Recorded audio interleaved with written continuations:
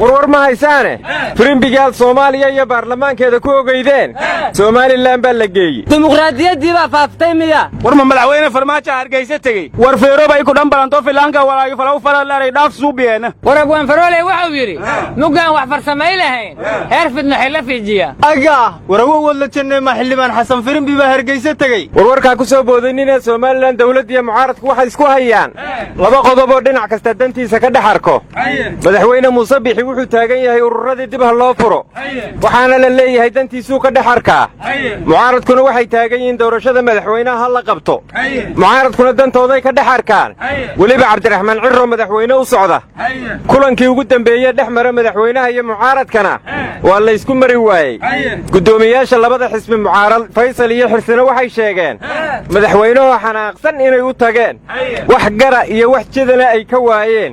hadda wariyo dhammaan xaaladdu waxay taagan tahay Cabdiraxmaan Cirro siiri wata oo yiri doorashada madaxweynaha hadii la qaban waayo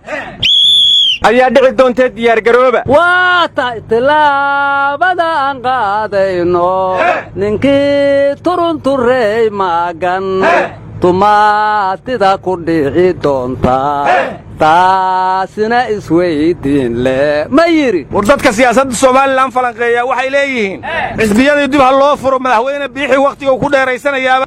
waxayna la mid tahay leeyahay doorasho qof iyo codahan qabanayaadii farmaajo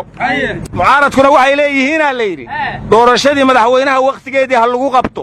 wax kalena lagama hormari karo firimbiga hadda Cabdiraxmaan Cirro wataana waa kii madaxweyne farmaajo lagu wareeri jiray leeyahay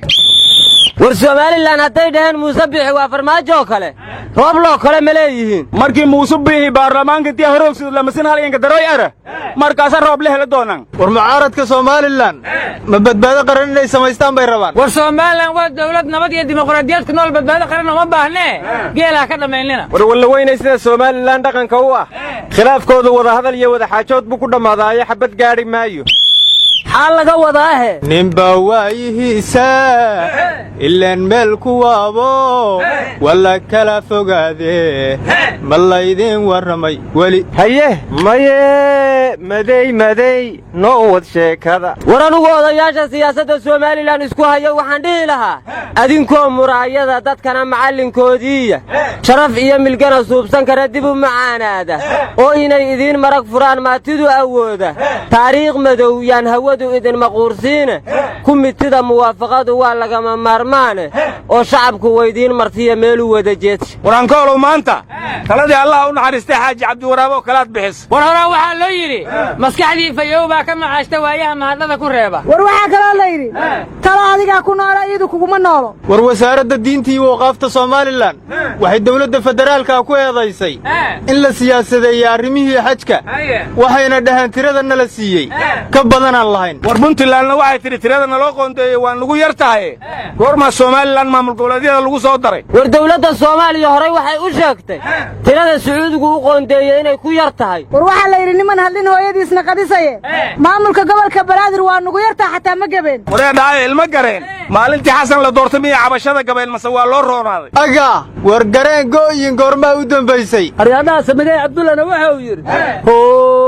duco iyo dardaranya dadaalkuba kama daran duco iyo dardaranya dadaalkuba kama daran warnimayow haddaad iiga xogrontiin waxaan idin weydiiyey caleema saarkii madaxweynaha xaguu ku dambeeyay miyaa la iska daayay war xagee caleen laga keenayay in ergeyga abaaraha la magacaabay waa maqlaysay war madaxweyne Xasan Sheekh 9 sano ka hor la caleema saaray hadduu waqti u waayay caleema saar kale waa ka maarma war caleema saarka iyo magacaabista ra'iisul wasaaraha yaa soo horeeya warnamiyow siyaasadda waliindoon ma ku qoradaasana magacaabista ra'iisul wasaaraha caleema saarka ku damboytay war waxa la yiri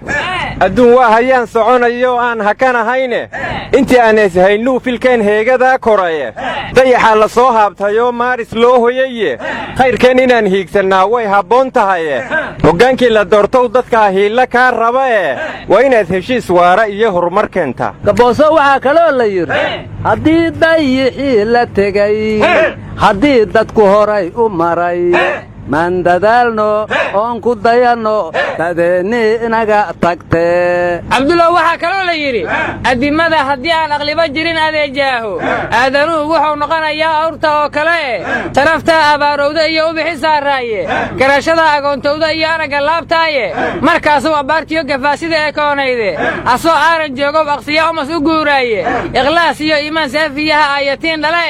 ama kaagsi ou nooga haro wada jir aabaysta war kalamaanay waxaa hore loo yidhi soomaaliyay dhib aan soo marnay qaranka aan dhawrno waa dhaawac aan weli bogsana dhigbax ka ilaasha waa dhallanti labiradahe dhiirigelin siiya allaan idinku dhaarshay fidnay muranka dheeraada shamsoy waxaa kaloo la yidhi nimcii iyo naq baan dalkuu naawilo nabad ku seexda baan dadkuu naadinee niyad saamiicawe nastareexo bulshoohoy niyad saamiicawe war nabad iyo nolol miyaa soo noqotay aryaan nabad iyo markuu nolol helo shacabku naxamiyan hankolku dheh nabadii nolol laanti oo wana gaashiyaa leh aryamadeeyow nafdhacdayso ma naaqaate nabad yaa nolol xownaabe nafdhacdayso ma naaqaate nabad yaa nolol xownaabe war nabad iyo nolol